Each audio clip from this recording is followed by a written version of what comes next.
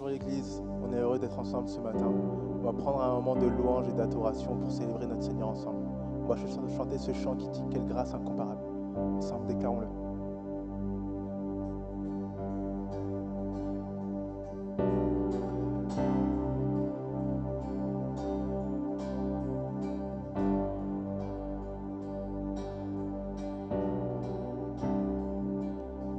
Chante ensemble. Qui brise le pouvoir du mal de la mort, qui aime d'un amour si puissant, si fort, c'est le roi de gloire, il est le roi des rois. Qui secoue la terre par un saint tonnerre, qui nous émerveille par tant de mystères, c'est le roi de gloire, il est le roi des rois. On le reprend ensemble, qui brise, wow, qui brise le pouvoir du mal de la mort, qui ouvre un amour si puissant, si fort, c'est le roi de gloire, il est le roi des rois. Qui secoue la terre par un saint tonnerre, qui nous émerveille par tant de mystères, c'est le roi de gloire, il est le roi des rois. Alors on déclare, quelle grâce incomparable, quel amour infini, que tu aies pris ma croix, que tu sois mort pour moi, tu as payé le prix, pour qu'enfin je sois libre. Oh Jésus, je te chante pour ce que tu as fait.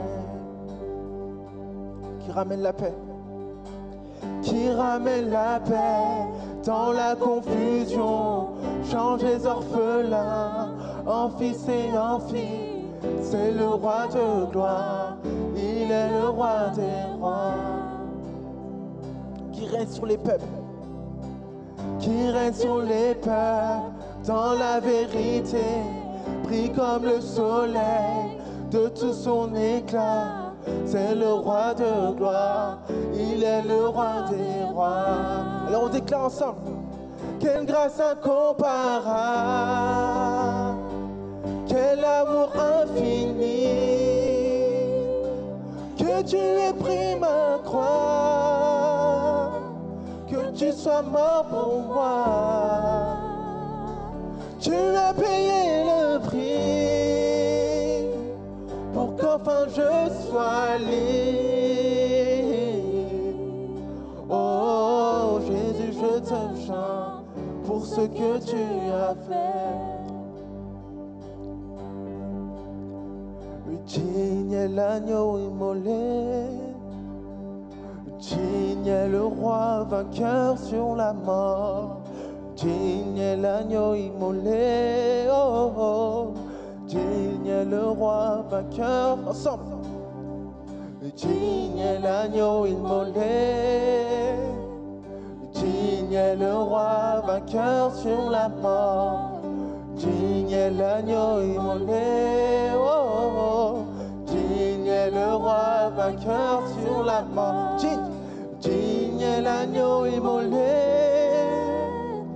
digne est le roi vainqueur sur la mort, digne est l'agneau immolé, digne est le roi vainqueur. Quelle grâce incomparable, quel amour infini, que tu aies pris ma croix, que tu sois mort pour moi, tu as payé le prix, pour qu'enfin je sois libre. Oh Jésus, je te chante pour ce que tu as fait. On reprend ensemble. Quelle grâce incomparable, quel amour infini, que tu aies pris ma croix, que tu sois mort pour moi. Tu as payé le prix pour qu'enfin je sois libre. Oh, oh, Jésus, je te chante pour ce que tu as fait. Seigneur Jésus, ce matin, on te loue, on t'adore. On lève ton nom au-dessus de toutes choses, Seigneur. On élève ton nom, Seigneur. On te loue, on t'adore pour ce que tu as fait, pour ce que tu feras, Seigneur. Et on sait, Seigneur, que en toi, Seigneur, nous avons tout trouvé. En toi, nous savons qui nous sommes, Seigneur. Alors ce matin, on veut te louer et t'adorer, Seigneur. On élève ton nom, Seigneur Jésus. Merci. Oh, oh, oh. Sois élevé, Seigneur.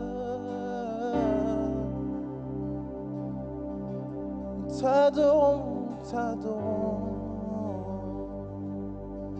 nous t'adorons, Seigneur.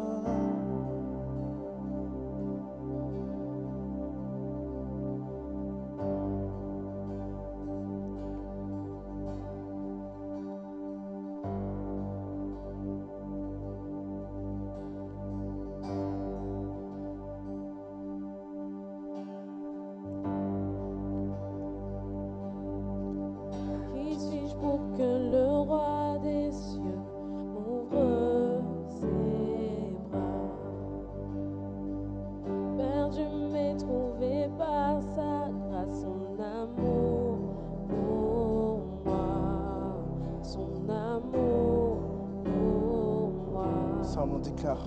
Il m'a libéré, ma dette est payée. Je suis enfant de Dieu, je suis à lui.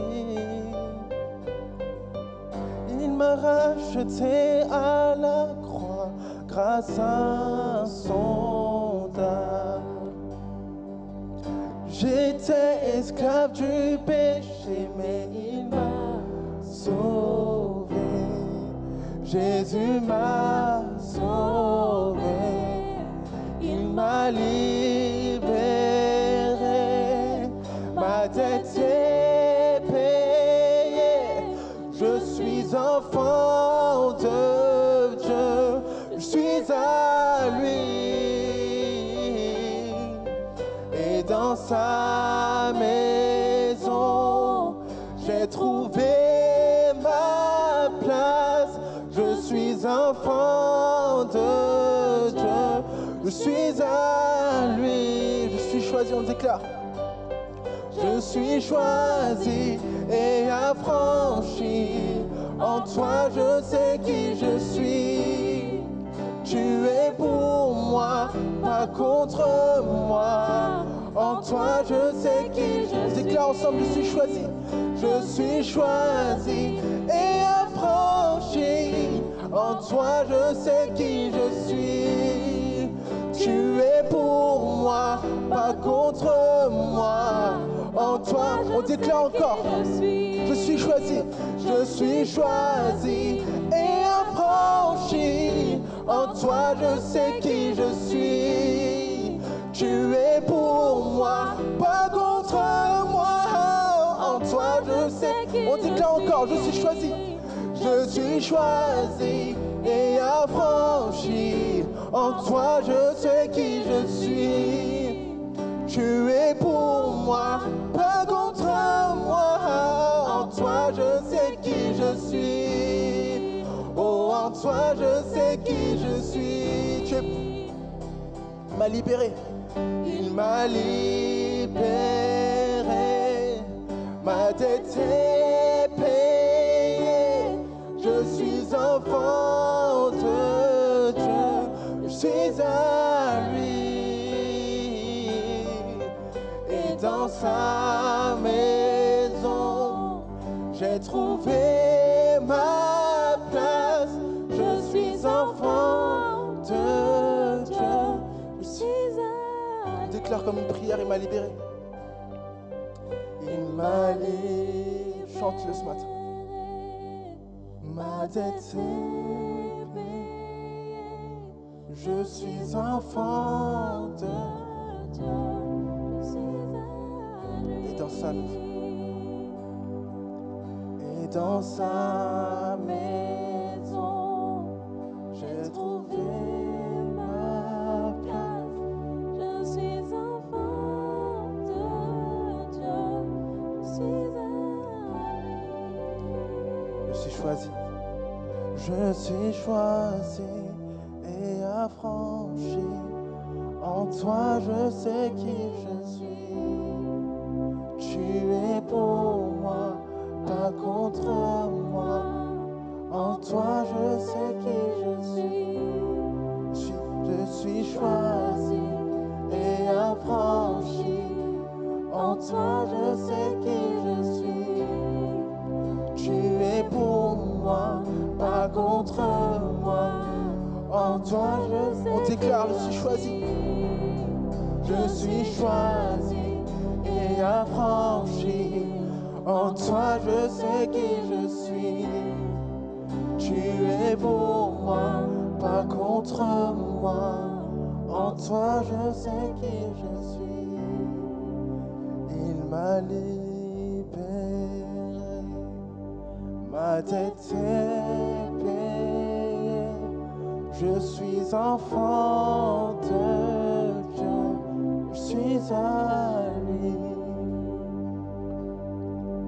Et dans sa maison, j'ai trouvé ma place. Je suis enfant de Dieu. Je suis à lui. Seigneur, on te remercie ce matin. Parce qu'en toi, nous trouvons notre place. Et en toi, nous savons que nous ne craignons rien.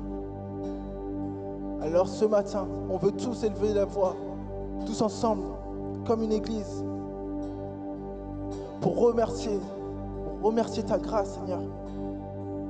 Remercier ce que tu as fait, ce que tu fais, Seigneur, dans nos vies. On te remercie pour ta protection. On te remercie pour la grâce, Seigneur. On te remercie parce que tu es là, parmi nous, Seigneur Jésus.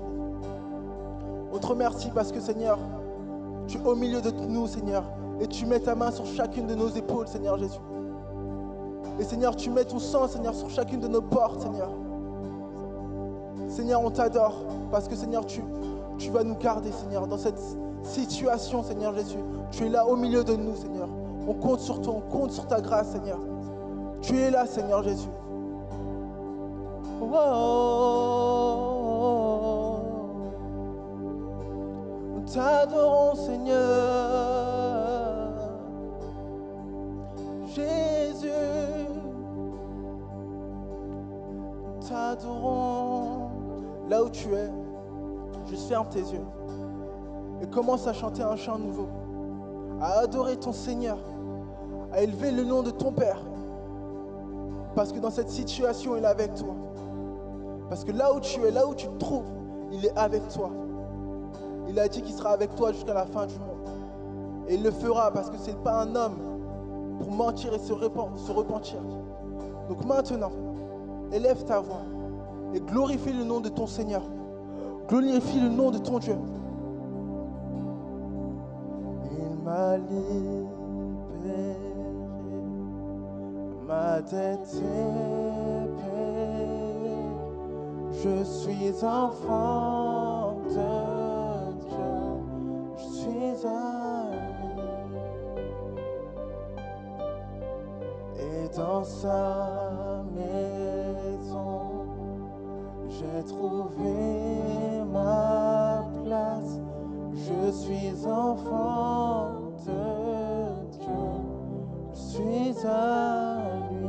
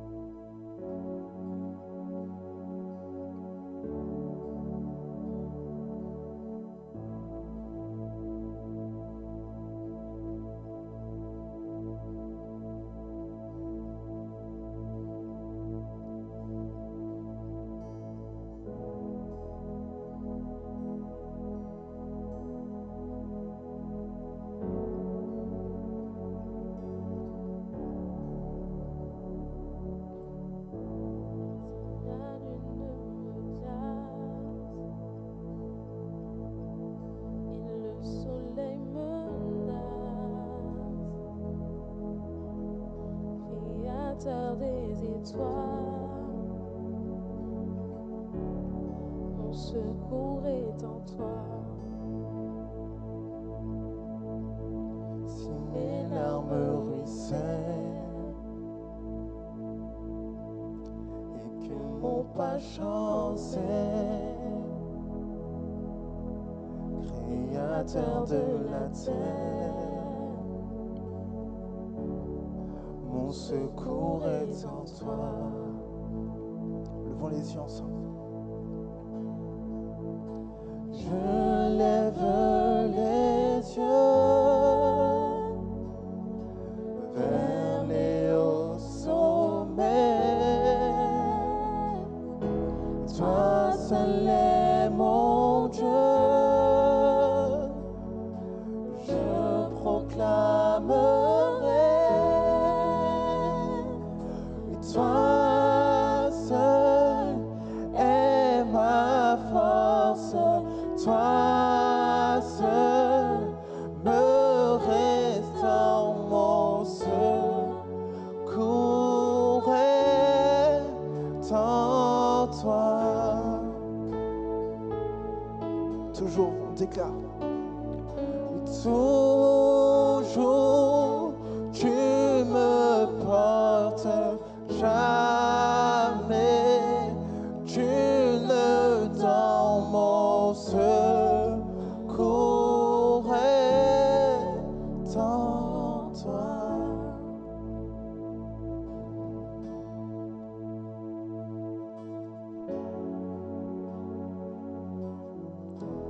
Si la peur m'envahit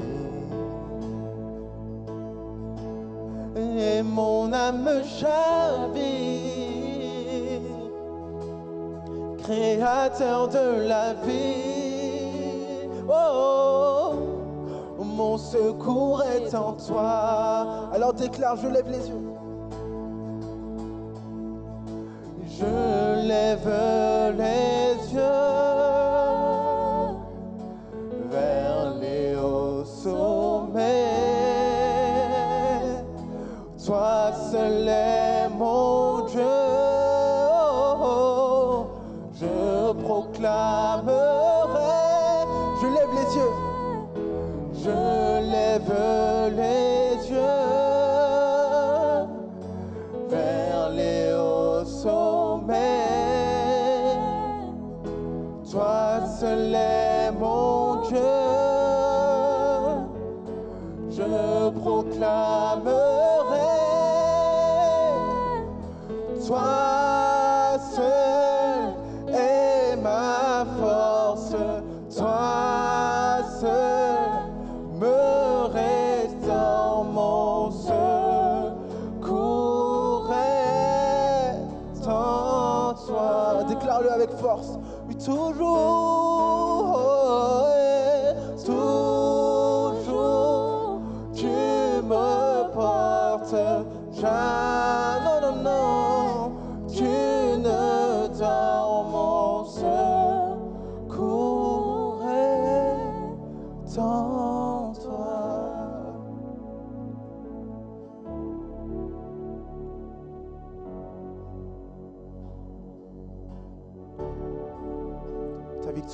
Ta victoire, mon espoir, ton chemin, mon destin, ton salut, mon refuge, tout est ta victoire, mon espoir, ton chemin, mon destin, ton salut. Déclare-le ce matin avec force. Mon refuge, tout est Déclare ta victoire, mon espoir, ton chemin, mon destin, ton salut, mon refuge, tout. On déclare encore. Ta victoire, mon espoir, ton chemin, mon destin, ton salut, mon refuge, tout. Déclare-le. Ta victoire, mon espoir, ton chemin, mon destin, ton salut, mon refuge, tout. Toi seul. Toi seul est ma force. Toi seul me restaure, mon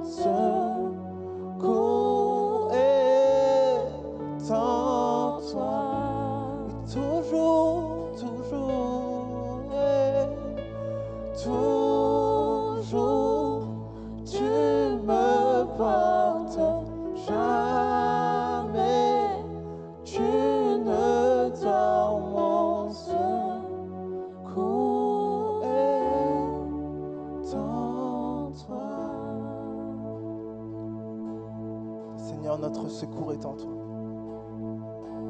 On place toutes nos attentes en toi, Seigneur. Seigneur Jésus, ce matin, Seigneur, on veut tout te remettre, tout te donner, Seigneur.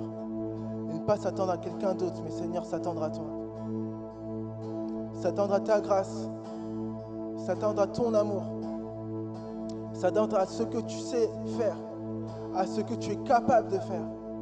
Parce qu'on croit, Seigneur, que dans toute situation, Seigneur, tu es là, Seigneur Jésus. Et que tu agis, Seigneur Jésus. Seigneur, nous attendons à toi.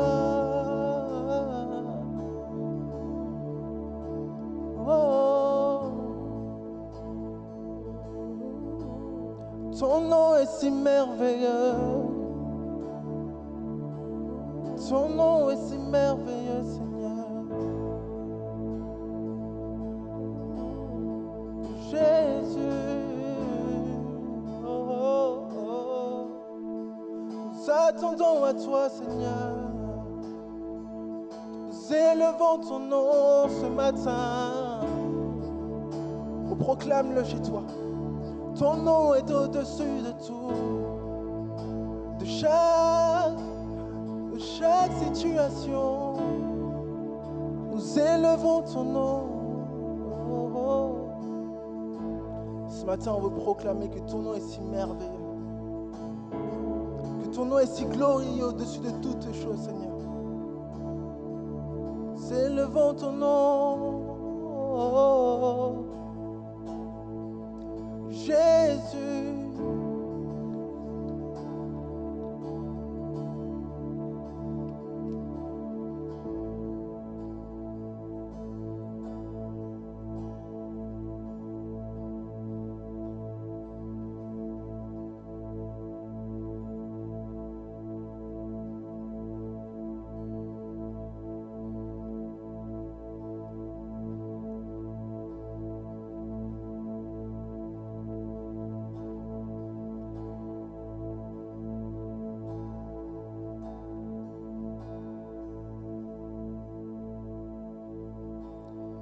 Était là de la création.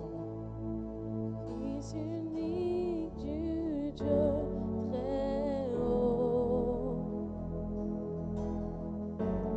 mystère de ta gloire révélé, en toi Christ notre Seigneur. Oh, ce nom est si merveilleux. Oh, ce nom est si merveilleux. Le nom de Jésus-Christ, mon roi. Oh, ce nom est si merveilleux. Sa beauté est sans pareil. Oh, ce nom est si merveilleux. Le nom de Jésus. Tu n'as pas voulu. On déclare ensemble ce matin. Tu n'as pas voulu les cieux sans nous. Alors Jésus, tu es venu. Ton amour a vaincu mon péché. Rien ne peut nous séparer. Oh, ce nom est si glorieux. Oh, ce nom est si glorieux. Le nom de Jésus-Christ, mon roi. Oh, ce nom est si glorieux. Sa beauté est sans pareil. Oh, ce nom est si glorieux. Le nom déclare ce nom. Oh, ce nom est si glorieux. Oh, ce nom est si glorieux. Le nom de Jésus-Christ, mon roi.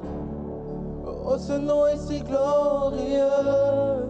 Sa beauté est sans pareil. Oh, ce nom est si glorieux. Le nom de Jésus.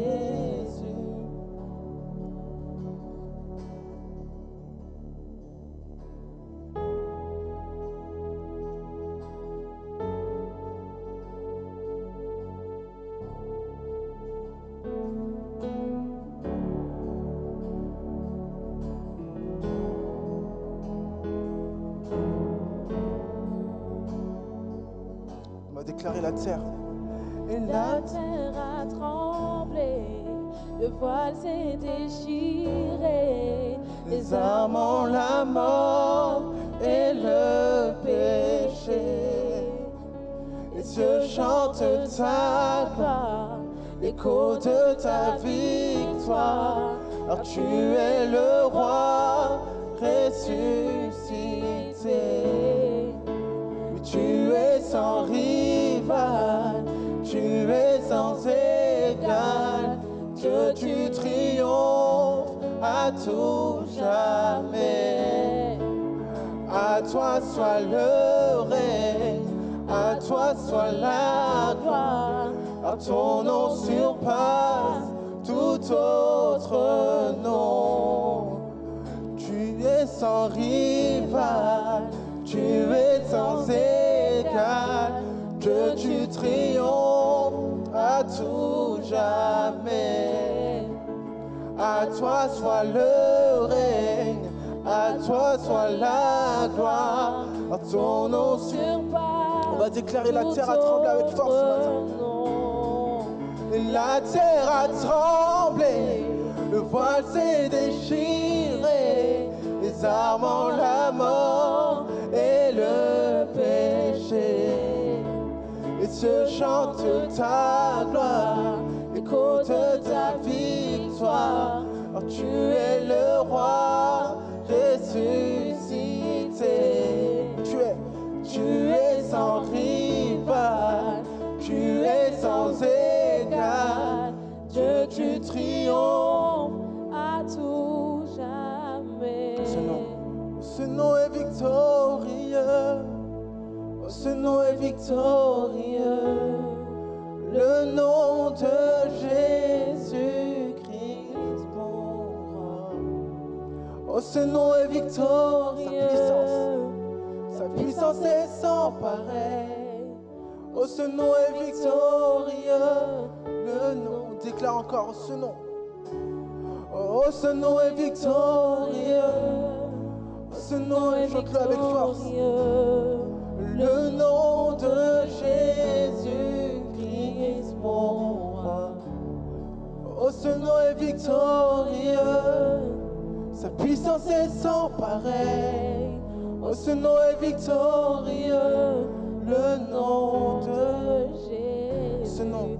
Oh, ce nom est victorieux, le nom de Jésus. Bonjour bien-aimés, tout le plaisir est de se retrouver encore. Je suis le pasteur Charles Coussa de l'église Source de Vie Creil et je voulais vous présenter l'orateur du jour. C'est le pasteur Bertrand Colpier, pasteur des Assemblées de Dieu à l'église Évidence et qui est aussi pasteur principal de Oasis Move.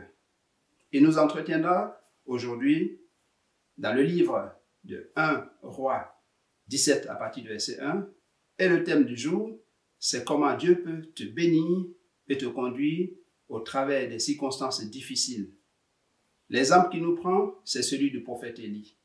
Bien-aimé, je vous laisse avec ses propos. Hello les amis, je suis content de partager avec vous ce matin la parole de Dieu.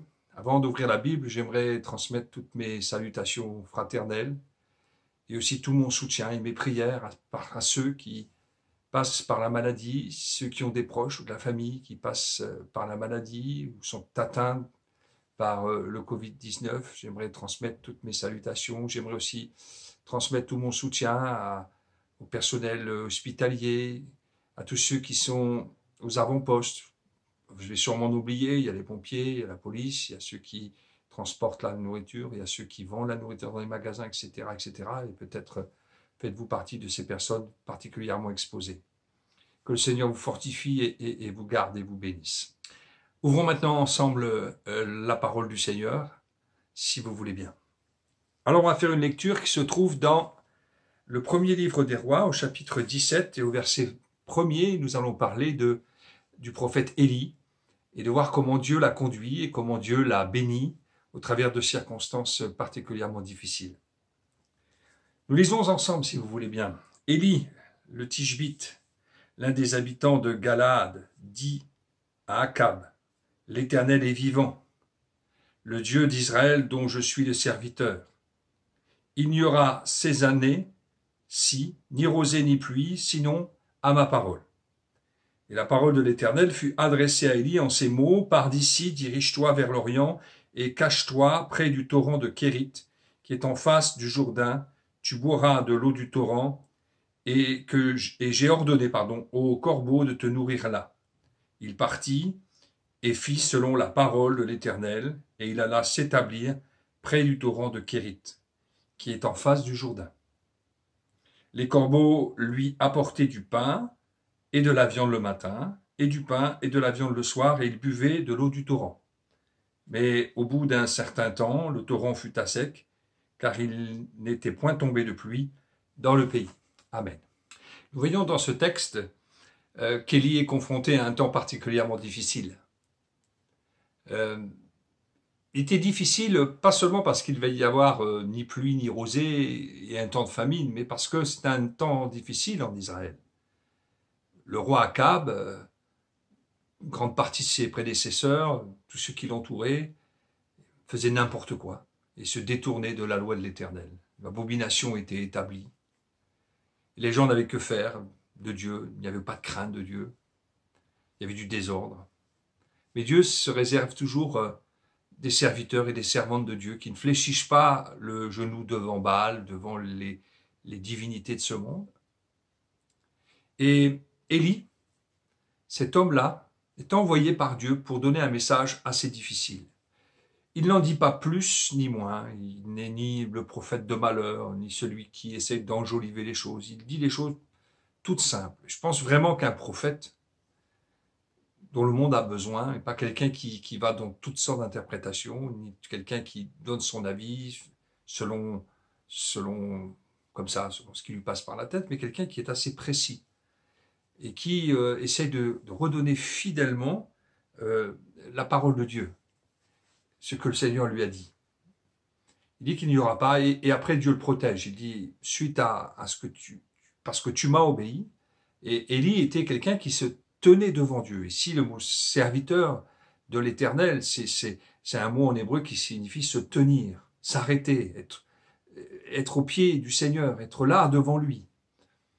Et c'était quelqu'un qui passait du temps à écouter Dieu. C'est pourquoi il n'est pas pris au dépourvu lorsqu'il arrive ce genre de situation. Il n'est pas désorienté. Il se tient devant Dieu. Et vous savez que Dieu ne fait rien sans l'annoncer à l'avance et sans l'annoncer par les prophètes. Pour pouvoir dire, c'est un temps difficile, préparez-vous. Et au travers de cela, Élie est un prophète, et vraiment le prophète de Dieu. Donc ce temps difficile, Dieu va le mettre à profit pour la vie d'Élie. Nous voyons ici le contexte dans lequel Élie évolue est un contexte particulièrement difficile. Je ne parle pas de la famine qui va arriver, de la pluie qui ne va plus tomber, mais l'environnement spirituel n'était pas favorable. Le roi Akab faisait n'importe quoi, toutes sortes d'abominations existaient, on se fléchissait les genoux, on se prosternait devant des idoles. Mais Dieu lui avait mis à part ses serviteurs et ses servantes. Il a toujours un reste qui ne fléchit pas le genou devant Baal. Et Élie est envoyé dans un contexte difficile. Il doit annoncer une parole de Dieu. Il n'en rajoute pas, il n'essaie pas d'enjoliver, il n'essaie pas non plus de tomber dans le catastrophisme, il dit les choses telles qu'elles sont. Et Élie est averti, et vous savez que quand on se tient devant Dieu, lorsqu'on sert le Seigneur, il est celui qui nous avertit, il est celui qui nous prépare. Élie était préparé par son Dieu. Il est même mis à part par son Dieu. Il l'envoie près d'un torrent. Et on va y revenir d'ici quelques instants. Le mot serviteur ici que nous avons lu, c'est en hébreu celui qui se tient devant, celui qui est là, qui sert, qui est devant, qui est proche. Et c'est pour ça qu'il écoute. Il n'est pas pris au dépourvu lorsque des situations difficiles arrivent. Parce que Dieu, lorsqu'il fait quelque chose, annonce toujours ce qu'il va faire par ses prophètes. Il nous dit, il nous prépare. Vous vous souvenez, lorsque Paul allait vivre des moments difficiles, Dieu l'a averti. Alors Dieu parle tantôt d'une manière, tantôt d'une autre. Mais il avertit, il prépare, afin que nous ne soyons pas au dépourvu et que nous gardions notre foi, notre solidité, notre paix en Christ. faut pas que nous soyons secoués, ébranlés, mais préparés. Élie a un message difficile et Dieu le met bien sûr à l'abri parce qu'à partir de ce moment-là, il va aussi connaître une forme de persécution. Élie est envoyé près d'un torrent. C'est souvent près d'un torrent que Dieu aussi nous bénit. Regardez avec moi ce qu'il est dit dans la parole de Dieu au psaume,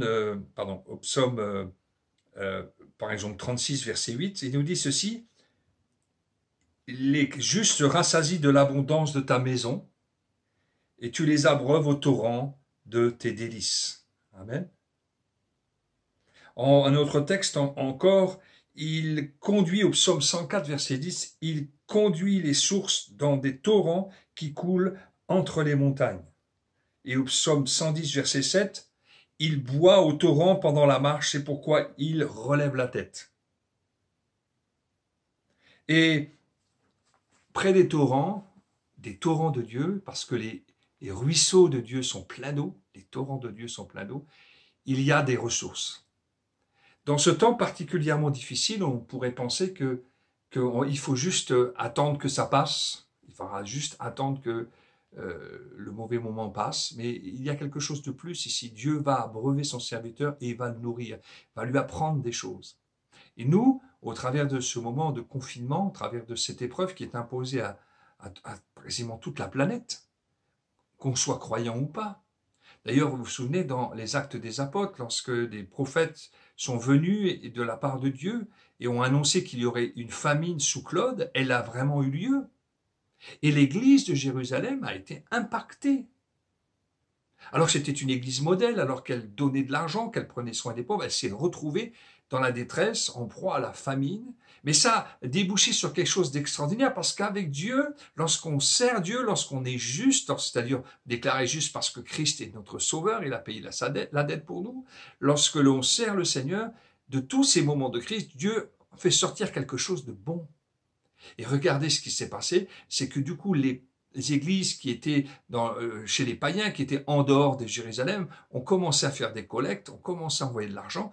Et Paul explique dans ses lettres comment cela a été une bénédiction et que cela a des dimensions de bénédiction qui va bien au-delà du fait simplement que Jérusalem, que les chrétiens de Judée ont été bénis, mais aussi ça a amené des actions de grâce, ça a amené des richesses, ça a permis à Dieu de multiplier la semence, ça a permis à Dieu de multiplier un tas de choses et d'avoir des répercussions spirituelles qu'on n'imagine même pas. Donc nous devons voir ces moments particuliers que nous vivons comme un moment où nous allons nous enrichir. Nous allons apprendre. Nous allons découvrir des choses.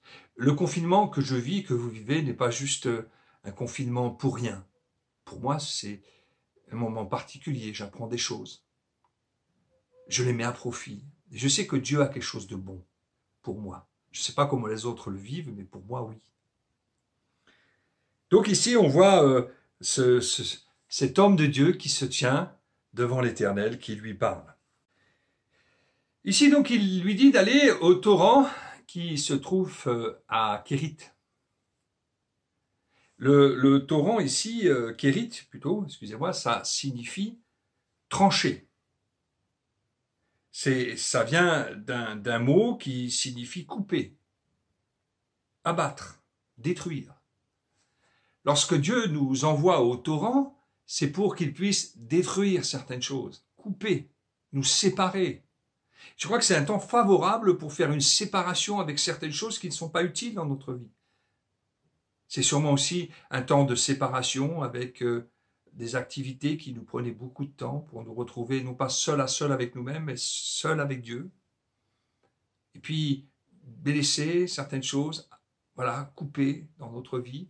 De toute façon, vous savez, lorsque Jésus parle de la vigne, il dit que un serment, lorsqu'il porte du fruit, Dieu les monte, le coupe, pour qu'il en porte encore davantage. Donc ces moments difficiles sont des moments pour nous qui permettent à Dieu d'émonder certaines choses dans notre caractère aussi. Vous savez que se révèle aussi dans ce confinement notre caractère, notre façon de faire, notre façon de réagir, et c'est favorable pour grandir. Amen. Lorsque nous avons un temps d'épreuve, nous sommes un peu semblables au peuple hébreu qui a passé 40 ans dans le désert. 40 ans à tourner dans ce désert difficile, dans un temps aride, dans un endroit aride, dans un endroit qui n'était nullement approprié pour vivre une vie abondante, telle que les humains peuvent le définir. Mais là, pourtant, Dieu va nourrir son peuple par la manne, par une nourriture qu'il ne connaît pas. Il va les abreuver en frappant le rocher le plus dur. Tout ce qui c'était contraire à la logique. Dans un désert, Dieu va les nourrir en envoyant la manne, une manne succulente, tous les jours, de manière fidèle. Et puis il va prendre le rocher le plus difficile, le plus dur, pour pouvoir le frapper, afin que l'eau puisse jaillir.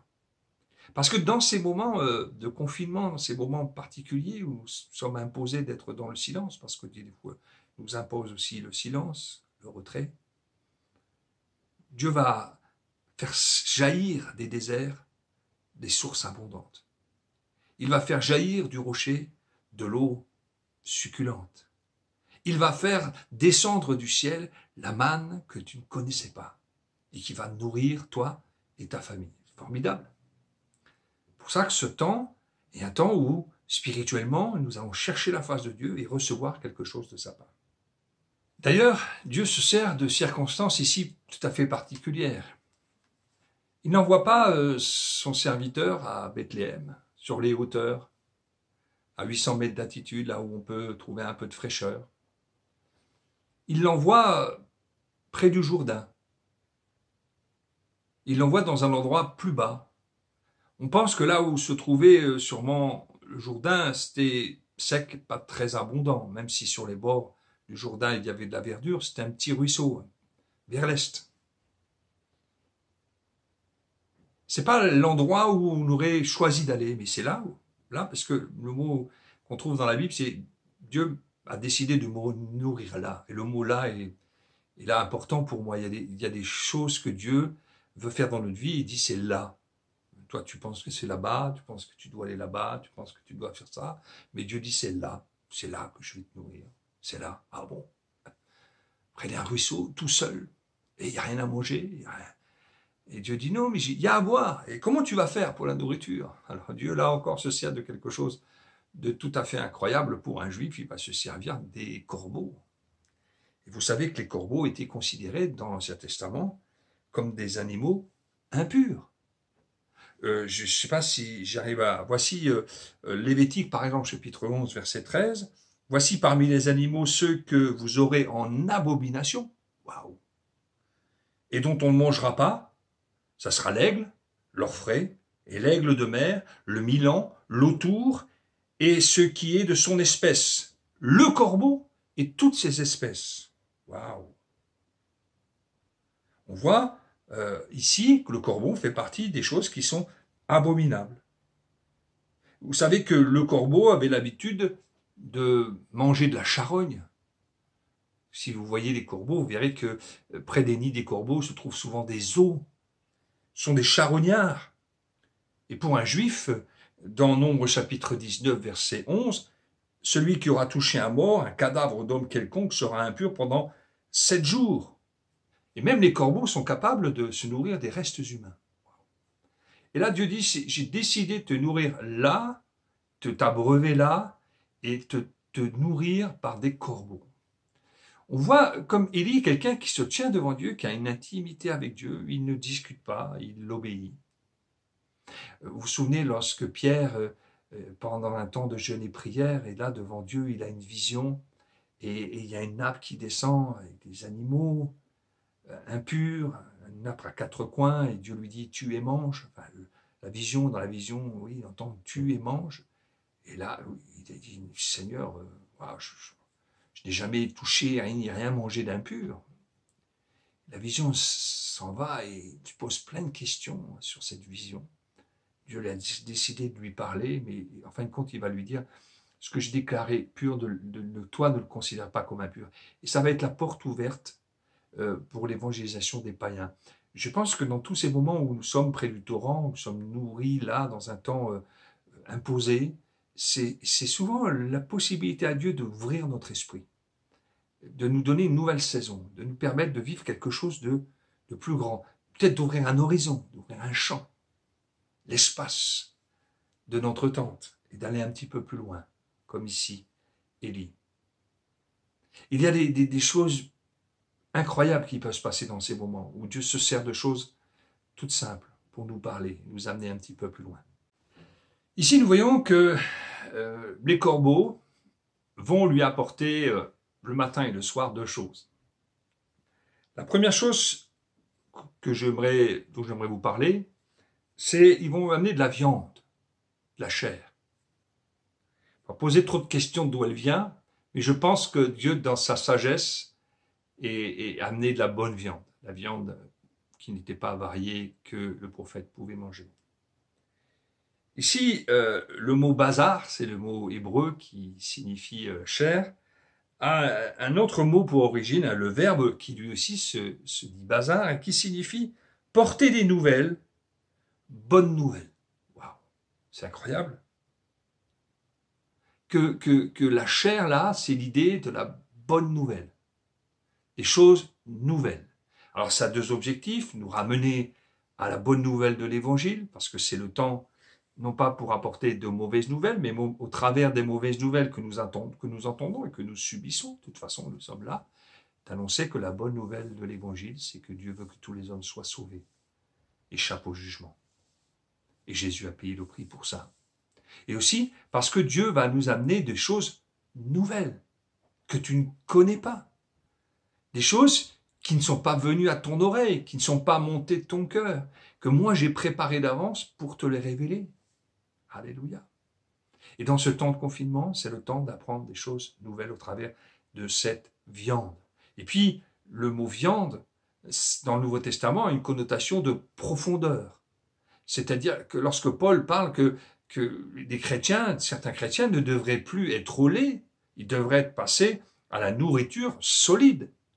Certains chrétiens, et ça peut aussi nous concerner nous, sont à la nourriture qui était réservée pour les enfants, mais les années ont passé, ils auraient dû passer à la nourriture solide, c'est-à-dire de la viande, des choses à mâcher, quelque chose qui amène des protéines, quelque chose qui amène quelque chose qui nous permet d'aller un peu plus loin. Et ce temps de confinement peut nous permettre, en plongeant les regards dans les Écritures, d'aller et de manger de la nourriture solide. Souvent le matin, lorsque nous allons au travail, lorsque des activités nous submergent, alors on lit un petit peu, on lit parfois un petit feuillet, on lit rapidement, mais on n'a pas le temps d'aller dans la nourriture solide. Certains n'ont pas jamais le temps d'aller aux études bibliques, certains ne peuvent aller que le dimanche, où c'est plutôt des messages d'encouragement, d'exhortation, et là ils se retrouvent dans ce confinement, et c'est peut-être l'occasion pour vous, comme pour moi, d'aller beaucoup plus en profondeur. La deuxième chose que nous voyons ici, que les corbeaux apportaient à Élie, c'était du pain. Là, encore une fois, on voit la notion de la nourriture, de la parole de Dieu, car l'homme ne vivra pas de pain seulement, mais de toute parole qui sort de la bouche de Dieu. La parole de Dieu est un pain qui nourrit. Et nous sommes en train de nous nourrir profondément. Nous sommes en train d'accumuler de la bonne graisse. Nous sommes en train d'accumuler des bons éléments. Pour peut-être, à la sortie du confinement, aller plus loin, ou même peut-être aussi aborder des choses plus difficiles, parce que concernant la fin des temps, sans être tombé dans le catastrophisme, ne pensez pas que les choses vont s'améliorer, qu'on a juste passé ce moment et que tout ira bien après. Ce sera encore difficile. Mais dans ces moments de confinement, Dieu veut nous donner du pain. Ce pain-là, ça nous permet de survivre pendant la famine. Et ce qui est incroyable aussi, c'est que la racine de ce mot pain en hébreu, il vient d'un verbe qui s'appelle lakam, qui signifie combattre, faire la guerre, attaquer, vaincre. Waouh. C'est-à-dire que ce pain-là, cette parole de Dieu nous aide à vaincre le véritable combat spirituel. Non pas à combattre contre la chair, le sang, contre des hommes, des états, des structures, et toutes sortes de choses, mais contre un ennemi bien beaucoup plus puissant et sournois et malin qui est le diable et les démons, Et ce pain, c'est la parole de Dieu. Vous savez que l'apôtre Paul nous dit que c'est l'épée de l'esprit, la parole de Dieu. Elle pourra faire fuir le diable. Le diable cherche qui le dévorera, mais résistons-lui avec une foi ferme. Comment? Appuyer sur la parole de Dieu.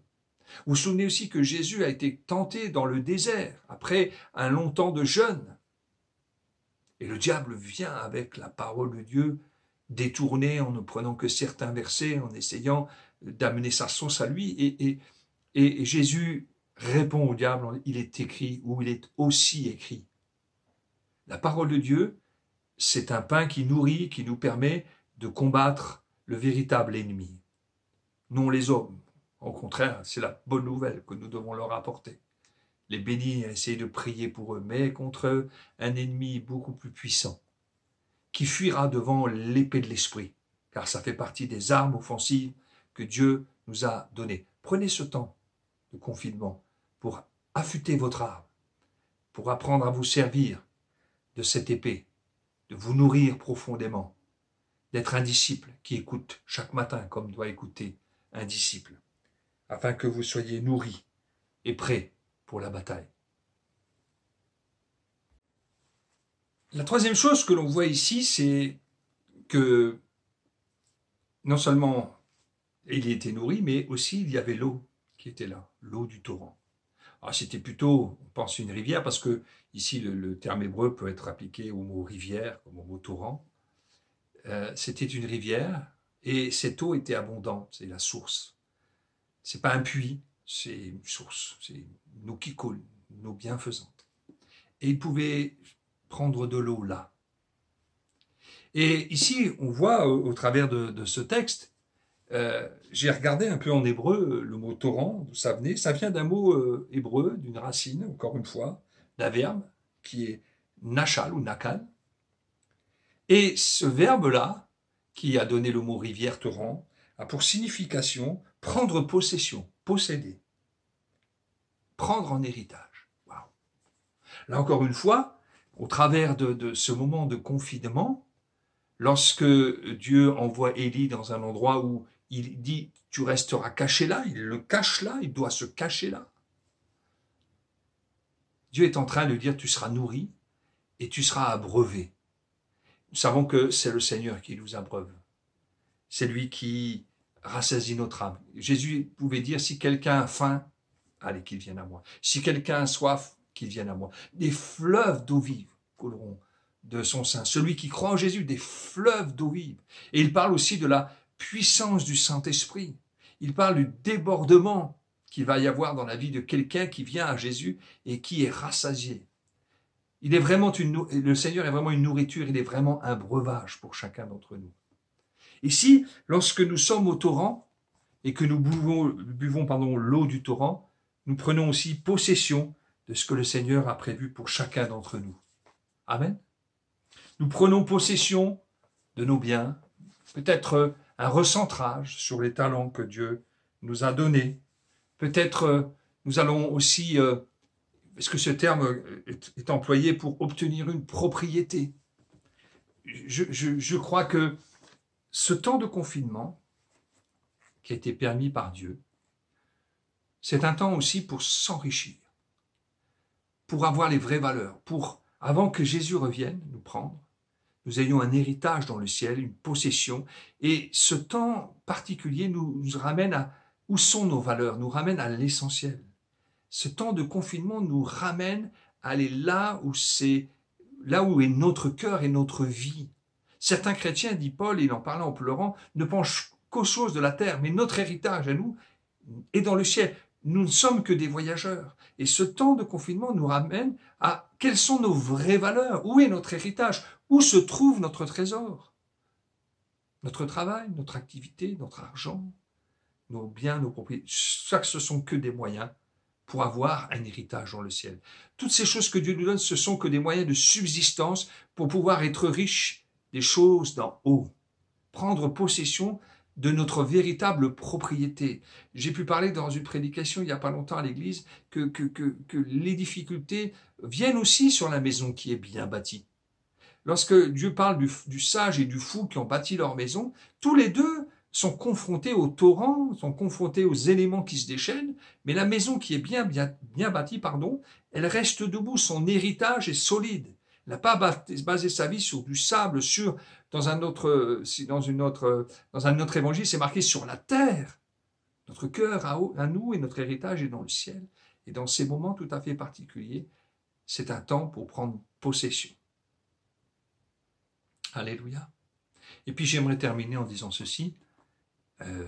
Après un bout d'un moment, ce temps-là est terminé. Le torrent est devenu sec. Les corbeaux, du coup, aussi se sont arrêtés de venir. Mais Dieu a dit, maintenant je vais t'amener un peu plus loin. Et Dieu continue à parler à Élie en lui disant, maintenant, lève-toi et va à Sarepta, et puis j'ai ordonné aussi à une veuve de te nourrir là. Ce que je veux dire par là, c'est que ce moment de confinement vous serve d'expérience pour toujours écouter Dieu. Qu'est-ce qui va se passer après quand tout sera fini? On va retourner à nos activités, on va retourner comme si... On va en rajouter encore. On va en mettre plus, on va essayer de rattraper le temps. Moi, je pense que ça doit nous apprendre à dire, Dieu a une parole après. Il va encore m'amener plus loin. Et quand ce sera, même si la famine dure, ici c'est 3 ans et demi, combien de temps Élie a passé près du torrent? Ça a dû être long, il n'y avait pas Internet, il n'y avait pas la télévision. Ça a dû être long. Mais une fois que c'est fini, Dieu dit, voilà, c'est fini, mais j'ai autre chose pour toi. J'ai une autre direction, je vais encore t'apprendre. Et il a encore appris avec cette veuve. Et c'est encore un autre sujet. Voilà que ce confinement vous amène de la nourriture, du ressourcement, de l'héritage, à grandir, à aller de l'avant, à écouter Dieu, à forger vos instruments, forger vos armes de défense et vos armes offensives pour aller plus loin et porter la bonne nouvelle, porter le message de l'Évangile. Amen. Nous venons de suivre le message du pasteur Bertrand. Si effectivement ta vie ressemble à celle d'Élie, tu sauras effectivement que le Seigneur, le Dieu vivant, Jésus-Christ est ton sauveur. Il te soutiendra, quelles que soient les péripéties, quelles que soient les circonstances de la vie, quels que soient les problèmes de confinement, il sera ton secours, il sera toujours et il te bénira. Mais si tu ne connais pas Jésus-Christ, avec tout ce qu'on a vu, vaut mieux que tu te repentes et que tu donnes ta vie au Seigneur Jésus-Christ. Il est ton sauveur, il est celui-là qui peut te bénir, qui peut te fortifier, qui peut être à côté de toi, qui peut t'encourager, qui peut faire en sorte que tu puisses entrer dans l'éternité. Que Dieu te bénisse et on va prier pour toi. Seigneur mon Dieu, merci. Viens au secours de chaque âme qui confesse ton nom et qui aujourd'hui veut entrer dans l'éternité avec toi. Veut t'avoir comme son Seigneur, comme son secours, comme celui-là qui le restaure, qui le fortifie et qui est à ses côtés, quelles que soient les circonstances. Parce que toi-même, tu as connu le tombeau et tu en es sorti vainqueur. Nous voulons à cet instant te remettre cette âme en tes mains.